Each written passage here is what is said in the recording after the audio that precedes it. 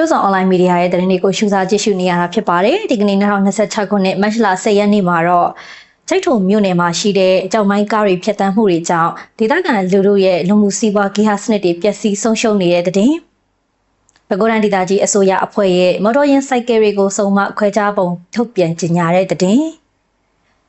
2026ခုနှစ်တက္ကသိုလ်ဝင်ဆောင်ရွက်တွင်ကျောင်းသားကျောင်းသူဦးရေ2,650,000ကျော်စာရင်းပေးသွင်းကြတဲ့ဆိုတဲ့သတင်းအစရှိတဲ့သတင်းတွေကိုမျှဝေပေးသွားမှာဖြစ်ပါတယ်ပထမအဆုံးသတင်းတစ်ပုဒ်အနေနဲ့မွန်ပြည်နယ်တင်းစရက်မြို့နယ်အနီးနားမှာရှိတဲ့ကြောက်မိုင်းလောက်ကွက်တွေကကြောက်မိုင်းတွေတဲတဲ့ကားတွေဖျက်ဆီးသွားလာမှုကြောင့်ဒေသခံပြည်သူလူထုရဲ့လူမှုဂေဟစနစ်တွေပျက်စီးဆုံးရှုံးနေတဲ့ဆိုတဲ့သတင်းကိုမျှဝေပေးသွားကြပါတယ်ဧက100ကျော်ကြောင်မိုင်းနဲ့ချယ်ရီလွင်ကြောင်မိုင်းတွေကဒေသတွင်းနာမည်ကြီးကြောင်မိုင်းတွေဖြစ်ပြီးတော့အဆိုပါလောက်ကတ်တွေများမှာအသုံးပြုနေတဲ့ကြောင်မိုင်းကားတွေဟာဒေသခံပြည်သူလူထုတွေရဲ့ရွာအတွင်းလမ်းတွေကိုအသုံးပြုဖြတ်တန်းတည်ဆောင်နေတဲ့အတွက်ရွာလမ်းတစ်လျှောက်ခြံစည်းရိုးတွေနဲ့အိမ်ခေါင်မိုးတွေအထိပါကြောက်မှုန့်တွေဖုံးလွှမ်းနေတာဖြစ်ပါတယ်အဆိုပါကြောက်မှုန့်ဖုံးမှုန့်တွေကိုရှုရှိုက်နေရတဲ့အတွက်ကလေးတငယ်များတကြီးရွယ်အိုများနဲ့ဒေသခံပြည်သူများအတွက်အသက်ရှူလမ်းကြောင်းဆိုင်ရာယောဂဝေဒနာတွေခံစားနေရကြောင်းဒေသခံပြည်သူတို့က True Zone Online ကိုအထောက်အထားများနဲ့တကွပေးပို့လာတာပဲဖြစ်ပါတယ်။ဒီကြောင်မိုင်းလောက်ကတ်တွေနဲ့ရွှေလောက်ကတ်တွေဟာတရားဝင်လောက်ကတ်တွေဟုတ်သလားမဟုတ်ဘူးလားဆိုတာကိုနိုင်ငံတော်အနေနဲ့စစ်ဆေးလိုကြောင်းရွာအတွင်းလမ်းပိုင်းတွေကိုလည်းအဆိုပါကြောင်မိုင်းကားများဆက်လက်အသုံးပြုနေမယ်ဆိုပါက၎င်းတို့ဖြတ်တန်းရာရွာအတွင်းလမ်းပိုင်းတွေကိုကြောက်မှုန့်တွေခင်းပေးမဲ့အစားကွန်ကရစ်လမ်းများခင်းပေးစေလိုကြောင်းလည်း၎င်းကထပ်လောင်းပြောကြားခဲ့တာဖြစ်ပါတယ်။နောက်ထပ်သတင်းတစ်ပုဒ်အနေနဲ့ပဲခူးတိုင်းဒေသကြီးအစိုးရအဖွဲ့ရဲ့မော်တော်ဆိုင်ကယ်များရက်အလိုက်စုံမရင်ခွဲခြားမှုပုံစံအားထုတ်ပြန်ကြေညာတဲ့သတင်းကိုဖော်ပြပေးသွားမှာဖြစ်ပါတယ်။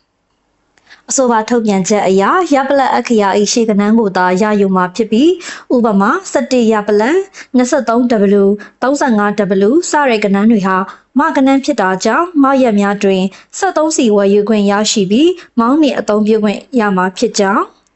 18ရပ်ပလက် 26W 64W တို့ဟာစုံအခရာများဖြစ်တဲ့အတွက်စုံရက်များတွင်73စီဝယ်ယူရရှိကာမောင်းနှင့်အသုံးပြုသွားလာခွင့်ရမှာဖြစ်ပါတယ်ဒေသလိုင်စင်များဖြစ်တဲ့အခရာမပါသောနံပါတ်များကိုတော့ရှေ့ဆုံးကဏ္ဍတစ်ခုတည်းကိုသာစုံမခွဲခြားသွားမှာဖြစ်တယ်လို့အဆိုပါထုတ်ပြန်ချက်အရသိရှိရပါတယ်။နောက်ဆုံးသတင်းတစ်ပုဒ်အနေနဲ့2026ခုနှစ်တက္ကသိုလ်ဝင်ဆောင်မေးပွဲတွင်ဝင်ရောက်ဖြေဆိုကြမဲ့ကျောင်းသားကျောင်းသူဦးရေ2,650,000ကျော်အထိစာရင်းပေးသွင်းထားတဲ့ဆိုတဲ့သတင်းကိုဖော်ပြပေးသွားမှာပဲဖြစ်ပါတယ်။2026ခုနှစ်တက္ကသိုလ်ဝင်ဆောင်မေးပွဲကိုမတ်လ17ရက်နေ့မှ18ရက်နေ့အထိကျင်းပပြုလုပ်သွားမှာဖြစ်ပြီးတော့မတ်လ3ရက်နေ့အထိစာရင်းပေးသွင်းထားတဲ့ကျောင်းသားကျောင်းသူဦးရေစုစုပေါင်း2,650,000ကျော်ရှိတယ်လို့သိရပါတယ်။အဆိုပါဆောင်မေးပွဲကိုနိုင်ငံတိုင်းအဆိုပါဆောင်မေးပွဲကိုတနိုင်ငံလုံးအနှံ့စာစစ်ဌာနပေါင်း890ခန့်တွင်တပြိုင်နက်တည်းကျင်းပပြုလုပ်သွားမှာဖြစ်ပြီးတော့ဆောင်မေးပွဲဝင်ရောက်ဖြေဆိုမဲ့ကျောင်းသားကျောင်းသူများအတွက်လိုအပ်တဲ့စီမံခန့်ခွဲမှုများကိုသက်ဆိုင်ရာတာဝန်ရှိသူများကဆက်လက်ဆောင်ရွက်လျက်ရှိကြောင်းလည်းသိရပါတယ်။True Zone Online Media မှကျွန်မသစင်ဦးဖြစ်ပါတယ်။နောက်ရက်တွေမှာလည်းထူးခြားတဲ့သတင်းတွေနဲ့အတူဆက်ပြီးတော့ပြည်သူလူထုထံကိုယူဆောင်လာပါအောင်မယ်ရှင်။